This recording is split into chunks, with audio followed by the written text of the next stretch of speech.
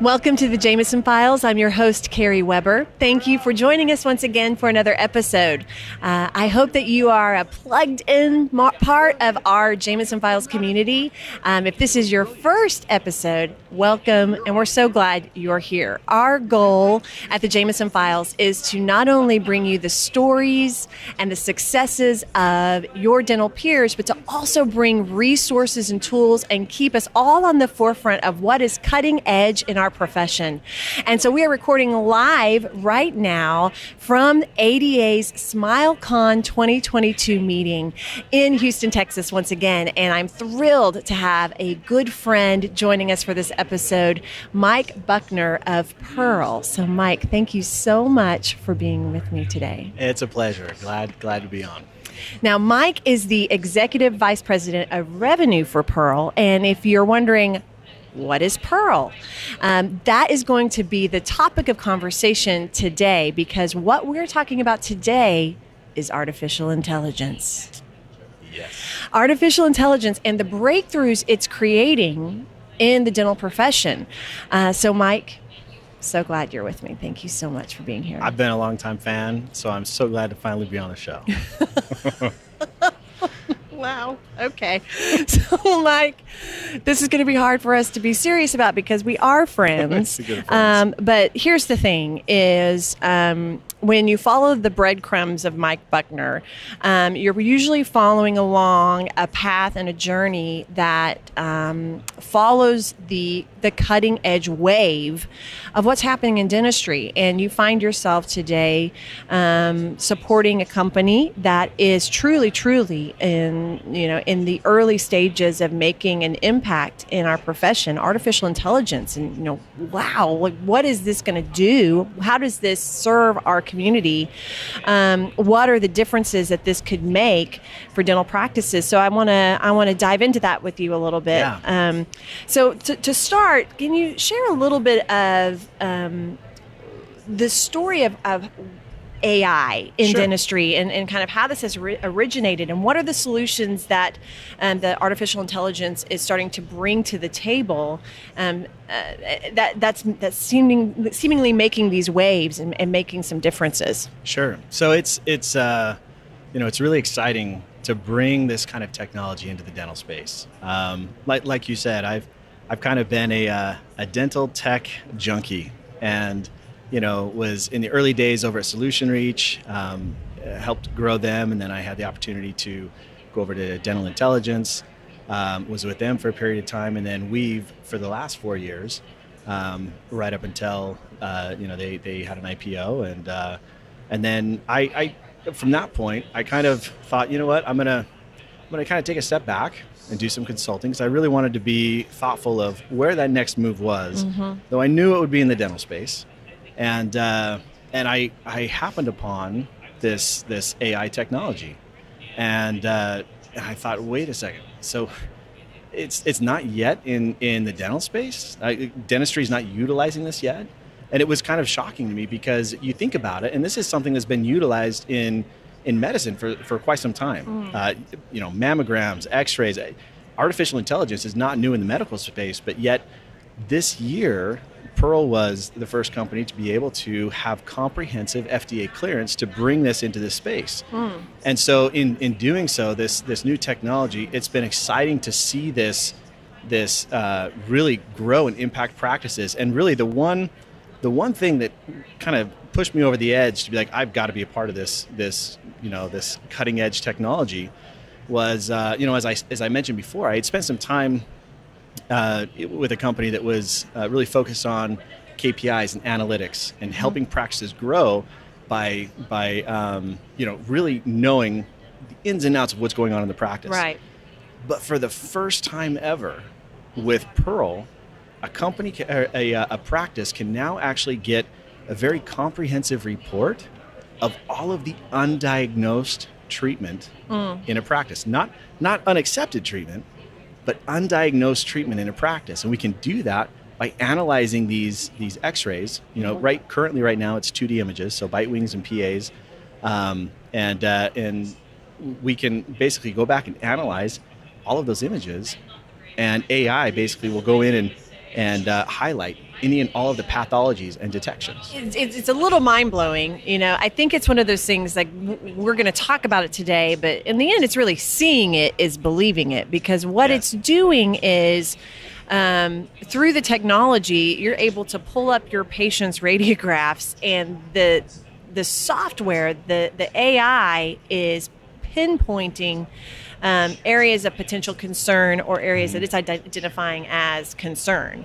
And so it's almost like it's your wingman It is. as a diagnoser in terms of treatment and needs for your patients. Is that a safe way to describe it? So we have two platforms at Pearl, and one of them is called Second Opinion. It really is kind of your second set of eyes. And when you think about it, and you think of, for all industries in healthcare, with all the radiographs and x-rays that are taken and scans, the number of x-rays that our practices are viewing every day. Yeah. And this is still the black and white images. These are the black and white x-rays. And what's interesting is, the human eye can only pick up between 30 and 50 different shades of gray. That's it. And with computers and with AI, as we go in with these digital x-rays and pull the image, we can break those down pixel by pixel. We can differentiate between 550 to 750 different shades of gray. So we are able to see things that are oftentimes too easily missed by the human eye. And our AI is trained enough to know the difference between caries versus cervical burnout, for example. Wow, that's incredible. And you had said something earlier about FDA clearance. Tell me about that. What's so key about that, and where's Pearl stand in that realm? So this was kind of new for me, because all the other software companies I had been a part of in the past, we didn't have to worry about FDA clearance. But with this software and this technology, as is being utilized as a medical device, as a disease detection device, it needs to be FDA cleared. Okay. And especially as this is designed to be patient-facing. So if you think about it, you go into the dental practice, and I know that this happened to me when I switched dentists, years ago. Went into the dental practice, my new dentist, he pops up the x-rays, and he proceeds to point out, like, yep, we have this and this and this. And I'll be honest, like, I didn't know what he was looking at. Yeah. It didn't make sense to me. And for me, it was like I could have been looking at like a bunch of ink blots. I'm like, whatever. But now for a doctor to be able to say, here's what's going on in your mouth, right? Here's the images with the AI pointing out, highlighting not just that caries is present, but that 62% of the caries is in the dentin, 5% into the enamel, et cetera. The full breakdown of where that's penetrated. Now it helps that patient truly understand what's going on, and the doctor can say, now, Mike, all of our x-rays in the practice, all of our x-rays are analyzed by an FDA cleared platform software to basically show everything that and we're not saying diagnose. We're not diagnosing. We are highlighting detections and opportunities, and leaving it to the clinician to show. So when we talk about FDA clearances, I know this is a long-winded answer to that, but we talk about FDA clearances, and right now, Pearl is the only company that has a comprehensive list of FDA clearances, meaning not just one or two things that are FDA cleared, but clearance for caries, periapical radiolucency, calculus, a number of different pathologies, as well as having it be FDA cleared for ages of the age of 12 years of age and up, as well as we are the only company now that is FDA cleared for bite wings and periapicals. So it is, again, if you're showing AI detections to a patient, and these AI detections are not FDA cleared for what you are showing them for, it is illegal. Okay. Yeah. I mean, so there's that. There's that. Something that as I've thought about this and I processed this, learning more about Pearl, learning about other companies in the AI space that's coming into the space right now, my initial response is, as I've seen what the system does, what the software does, is, wow, this is amazing for DSOs and emerging groups.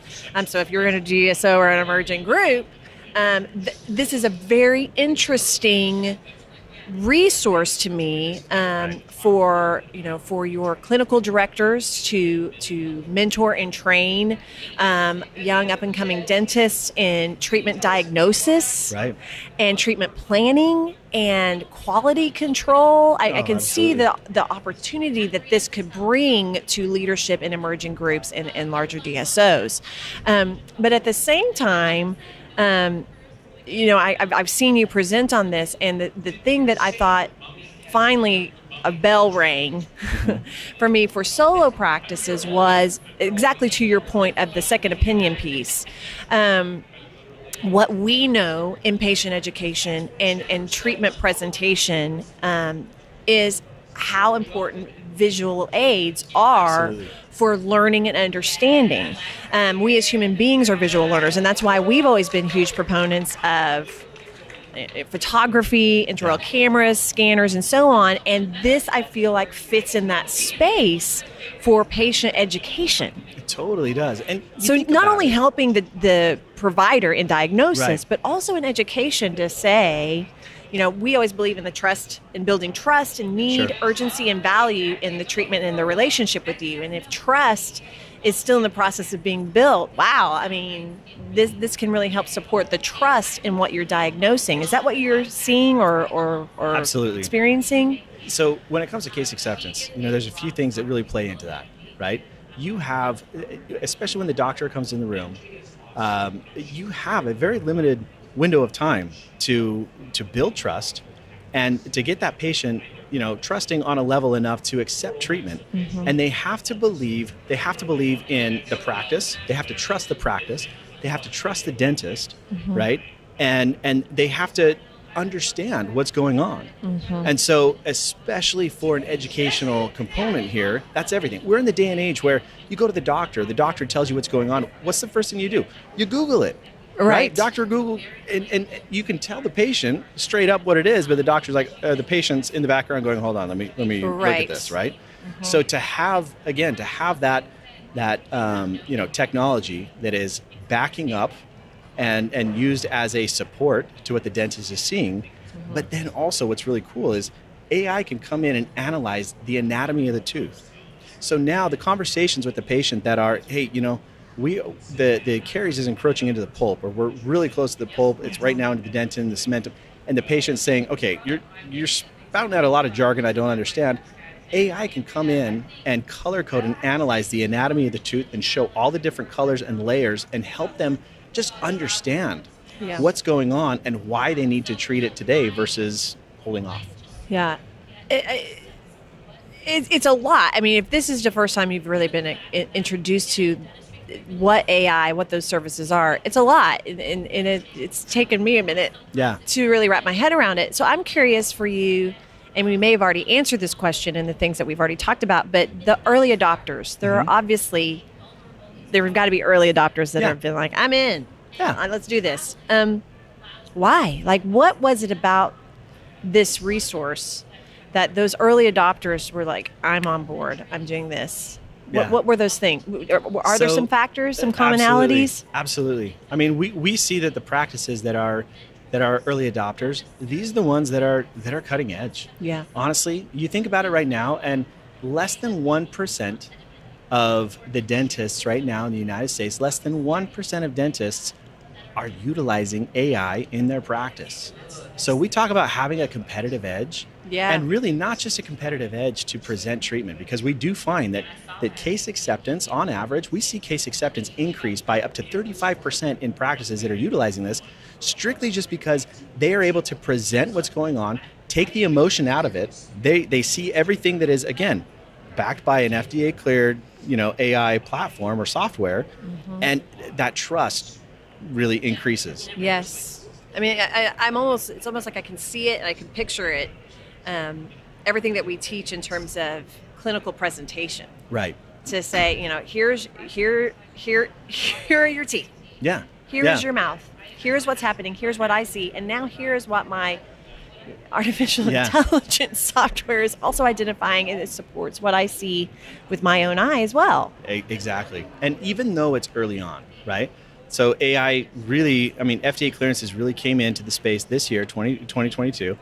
And even though it is early on, the accuracy, even just from the few months that's gone by, even the accuracy then has continued to improve. And that's a component with AI, is the machine learning concept. Right. So the more practices that use it, the faster it learns. And I will say that there is a misconception often that basically says that AI is perfect, right? Mm-hmm. And the best example that I can give you is, and I don't know if you know this, so I might be teaching you something, but on your iPhone, if you get your iPhone out and you go to your Photos you're app, 100% going to be teaching me something right now. And Jess is probably saying, oh, come on, I know this.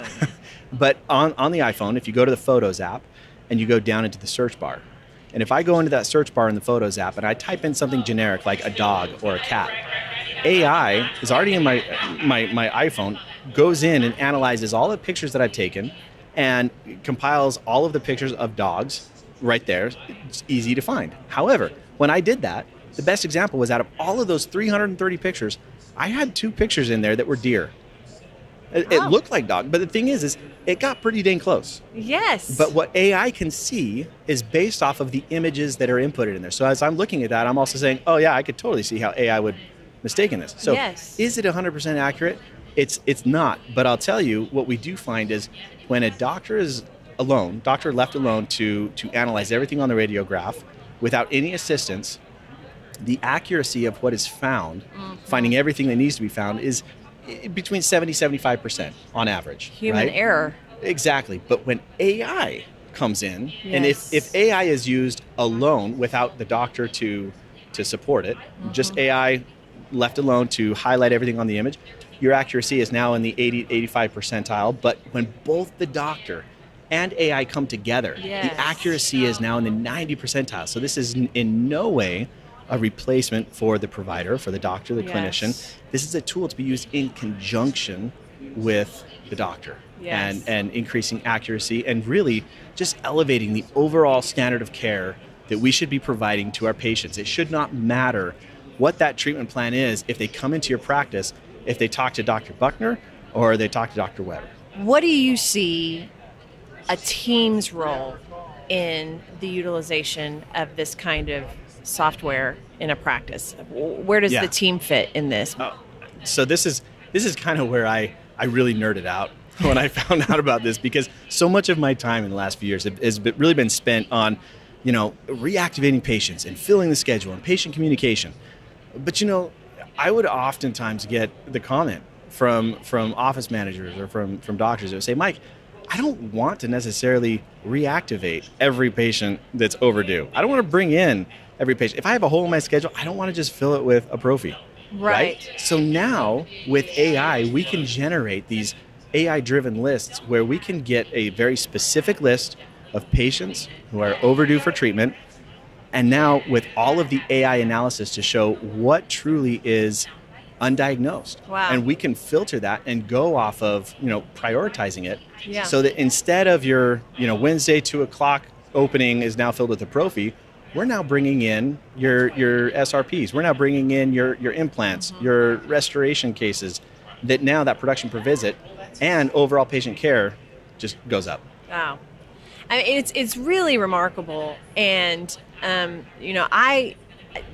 as we have said before, the profession is just evolving at light speed. And I feel like this is a perfect example of that speed of evolution, because when it was my husband Jess that actually first caught wind of AI coming into the dental space, and I still remember him. The conversation is like, man, there's something coming that it is interesting. Absolutely. So, I certainly recommend this. These are the trails that are being blazed at this point, and the impact is just beginning. Mm-hmm. I mean, we've only seen the cusp of what this could do in the profession.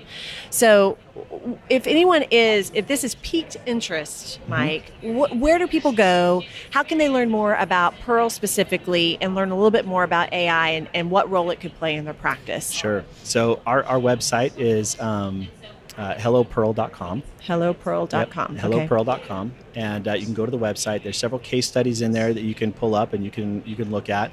You can also register for someone to reach out, and they'll kind of walk you through what the platform does. More than welcome to reach out to me as well with any questions. My email is mike@hellopearl.com. Okay. So go ahead and shoot me an email with any questions you have. I'd be happy to answer any and follow up. Okay, awesome. Well, to me, this is a perfect example of going back to looking at your needs, doctors, teams, where are you now, where you want to be? What kind of resources and tools do you need to get you closer to performing at the level you want to be performing at? Where do you need help? And if the things that we've talked about today are some of the solutions or the needs that you have, be continuously curious. Always be seeking of how you're going to evolve. As Kathy Jamison says, there's no such thing as status quo. You're either going up or you're going down. So we want to be on a continuous path of improvement. And the future looks bright, and it also looks like AI. So, right. Mike, thank you so much for joining us today. Thank you. So grateful that you're here with us. And thanks to all of you in the Jamison Files community for being with us once again. We'll see you next time. Thank you for joining us on this episode of the Jamison Files. Visit us online at jmsn.com. You can subscribe to this podcast on iTunes, Google Play Music, or Spotify.